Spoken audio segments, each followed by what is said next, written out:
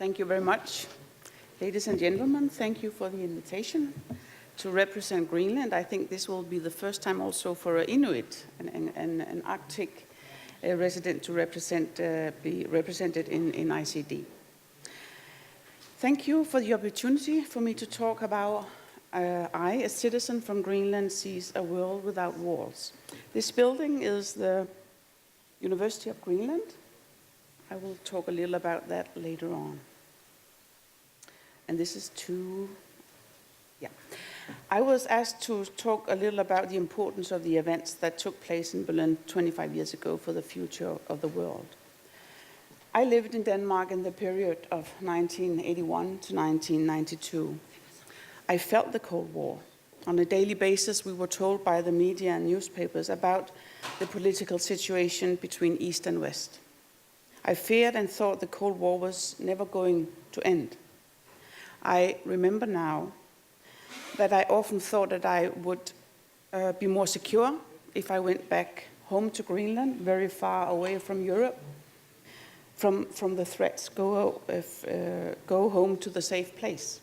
Later on in my life, I learned that Greenland and the Arctic played and are still playing an important geostrategic role between the parties in the Cold War. So I had to change my perception about Greenland being the safest place in the world. However, my fear in the 80s changed with the good news of the breakdown of the Berlin Wall in 1989. A step towards mutual understanding on democratic rights had been taken. But let me start by telling you very shortly about my country. I think the fewest of you would know. This is Greenland, the big island in the middle. We are less than 57,000 people in total. We are part of the Arctic, part of the North American region. We are very close to the North Pole, and the southern point has the same latitude as Oslo. This is the size of Greenland compared to Europe. The biggest town, our capital, is Nuuk. We have 15,000 inhabitants there. And we are settled along mostly on the west coast of Greenland.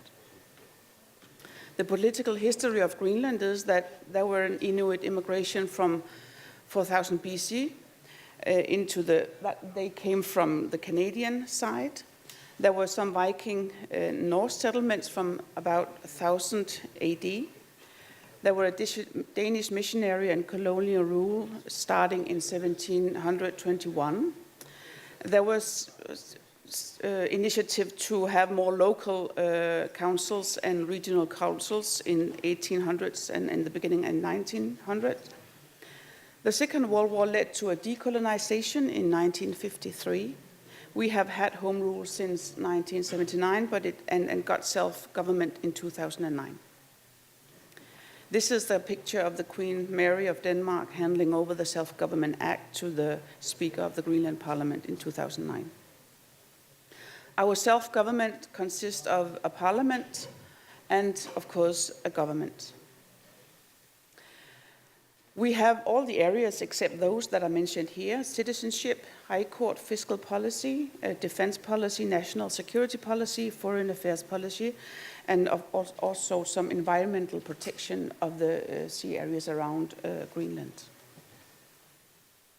So we are still a part we have autonomy and a part of the Danish realm, you could say.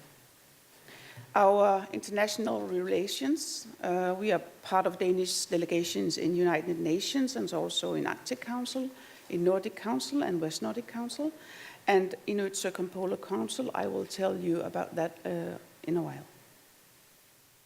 We have relations with collaboration with the EU. We actually withdrew from the EU in 1985. Greenland is associated to the EU as an overseas country and territory. And since 1985, we have had fisheries agreements with the EU. We also in 1996 agreed on a new partnership agreement with the EU supporting sustainable development and especially education matters here.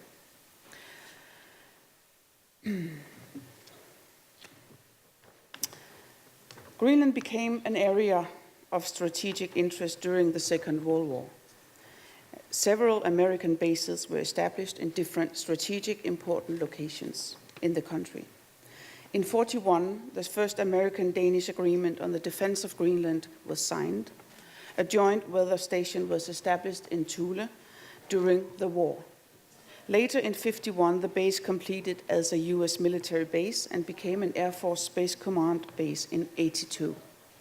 Today, Thule Air Base is still a US military base designed to detect and track launch military threats against North America. The establishment of the Thule Air Base included an enforced relocation of Inuit people living in the area in 1953, and this is up in the upper region of Greenland. In 1996, the Thule people sued Denmark for the rights to live in the abandoned areas. The Thule people were not successful in their claims to move back to their settlement, but the Supreme Court ruled that the relocation was an expropriative intervention and the people should be compensated for that. The compensations that were given were much lower than the claims. They were more symbolic.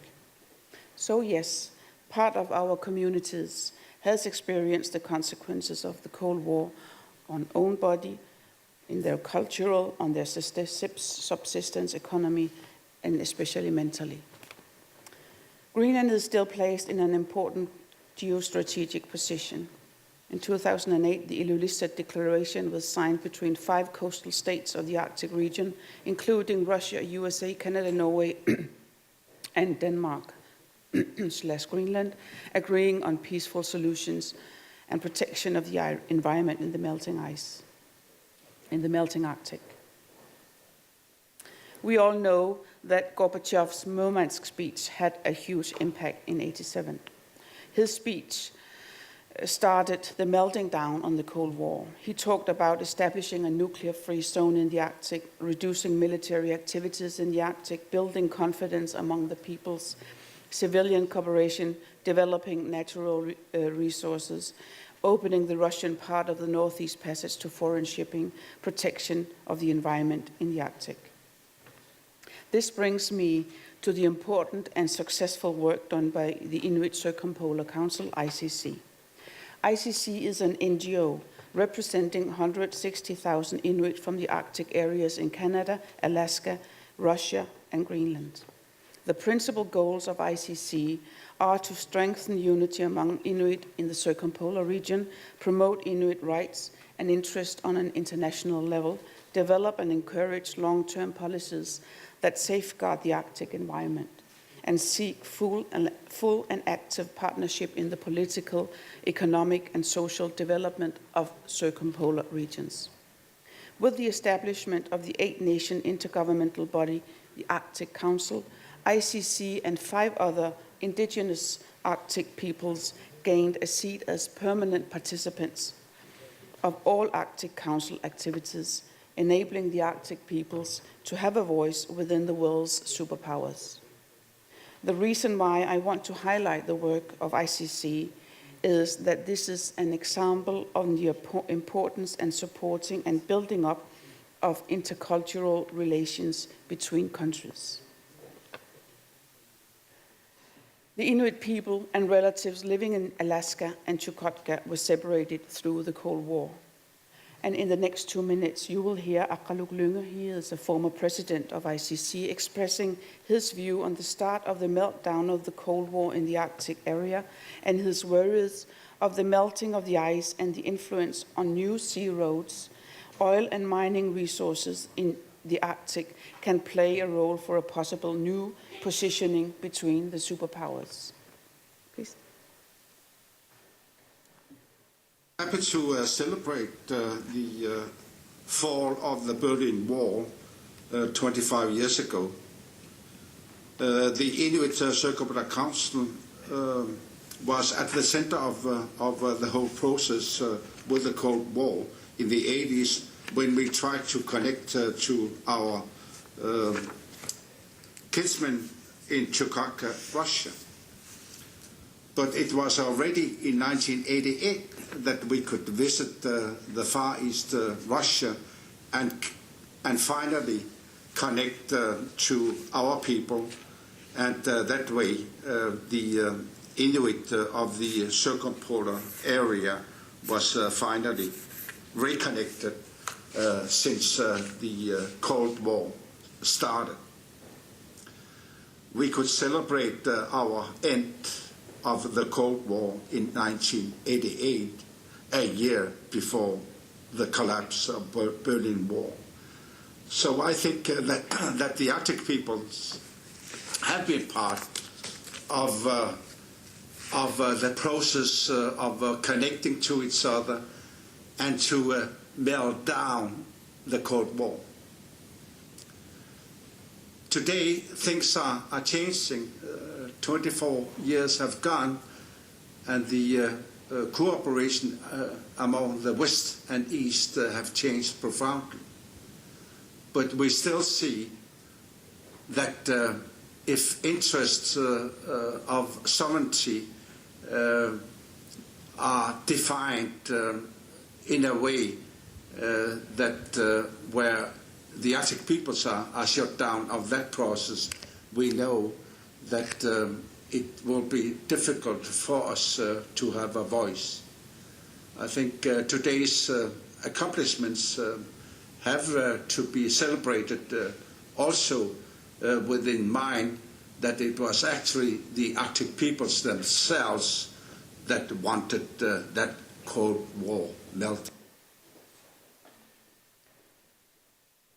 As a rector for the only university in our country, we work on a daily basis to create students that can fulfill the society's needs for educated people in our aim for sustainable development of the country and on the long run to achieve independence.